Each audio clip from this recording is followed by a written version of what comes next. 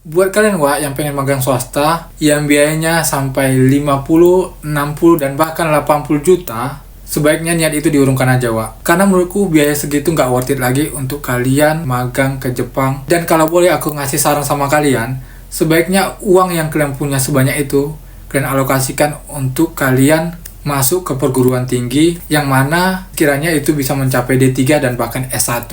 Gunanya di samping kalian bisa nambah ilmu kalian, nambah gelar kalian, dan pastinya dengan kalian kuliah lulusan universitas, kalian bisa punya harapan untuk kerja ke Jepang bukan pakai visa magang atau kensuke dan bahkan Tokutegino, melainkan kalian bisa mempunyai kesempatan mengurus visa Gijinkoku atau engineer di Jepang. Buat kalian yang nggak tahu kelebihan visa Gijinkoku atau engineer di Jepang, silahkan tonton videoku yang sebelumnya.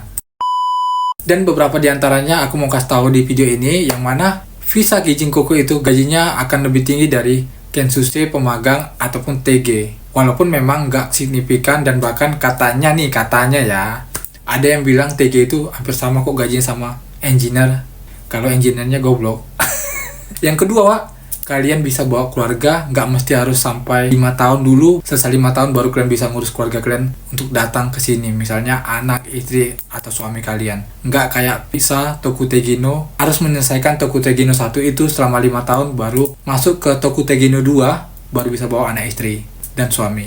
Yang ketiga Wak, nggak punya batas waktu untuk kalian tinggal dan bekerja di Jepang selama kalian mau memperpanjang visa kalian ke imigrasi. Dan keempat, oh iya Wak, buat kalian yang pengen tanya-tanya, silakan DM ke Instagram @ari9262_. Jangan DM ke TikTok, karena itu adalah pekerjaan yang sia-sia. Dan yang keempat itu, kalian dapat dengan mudah pindah-pindah ke perusahaan kalau kalian nggak cocok dengan perusahaan yang sekarang gitu.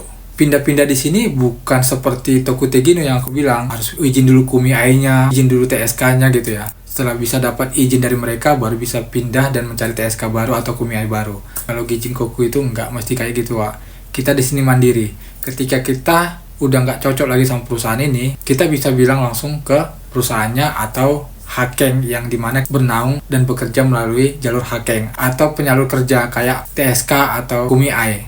Dan itu juga simpel-simpel aja Wak, nggak ada keterikatan, nggak ada istilahnya kita nggak boleh pindah gitu. Kita bisa pindah kemana aja kita mau sesuai dengan keinginan kita dan sesuai dengan bidang kerja di mata kuliah kita. Misalnya kayak teknik mesin nih, ada pengelasan, ya kita bisa bekerja di pabrik pengelasan gitu. Atau ada kelistrikannya, kita bisa bekerja di salah satu pabrik yang ada berhubungan dengan kelistrikan gitu Wak. Kelima dan sekaligus yang terakhir Wak, banyak kelebihannya lagi sebenarnya, tapi di sini aku ngasih tahu segini aja. Untuk informasi tambahannya silahkan searching aja di Google. Yang terakhir itu adalah kalian bisa kesempatan dapat visa permanen di Jepang atau izin tinggal yang nggak terbatas di Jepang tanpa harus urus-urus lagi, asalkan kalian bekerja dan tinggal di Jepang selama 10 tahun, nggak punya catatan kriminal, rajin bayar pajak, pendapatan itu udah pastilah. Kalau kalian pintar dan bekerja dengan baik, pasti otomatis gaji kalian lama-kelamaan di satu perusahaan itu akan naik-naik terus Wak. Karena visa engineer ini memiliki jenjang karir kalau kalian mau memanfaatkannya gitu. Dan beberapa syarat lainnya. Jadi mungkin dengan informasi ini kalian bisa lebih mempertimbangkan lagi untuk kalian magang ke Jepang dengan biaya yang tadi aku bilang di awal, 60, 70, 80 juta. Ya ampun, mahal. Oke Wak geng, mungkin sekian dulu informasi dariku. Mudah-mudahan informasi ini bermanfaat untuk kalian. Gua Ari, cabut dulu Wak. Ciao.